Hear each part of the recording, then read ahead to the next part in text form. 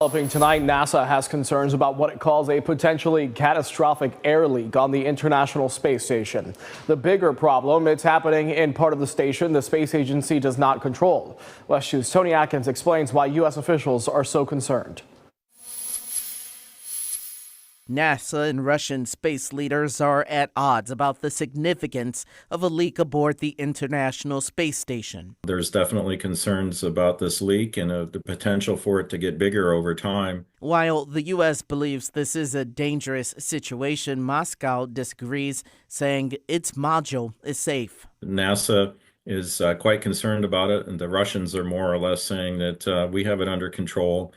Don't worry too much about it. NASA says the ISS is leaking air from a Russian module and has for about 5 years. One of the Russian modules on the space station, one that's been up there now for over 25 years, is starting to lose some of the air that, of course, the astronauts need to breathe. Don Platt is an associate professor at Florida Tech. He says, each country has their own responsibilities in terms of the parts of the space station.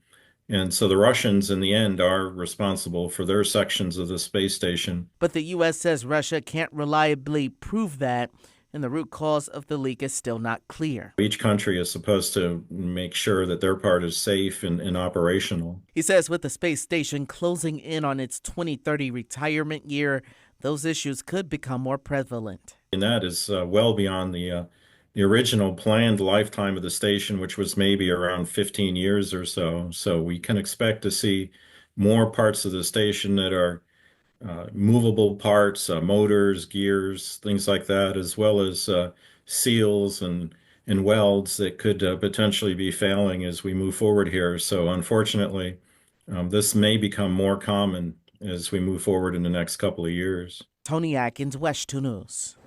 Right now, the focus is on closely monitoring the module while Russian teams continue to search for any seal and any leaks.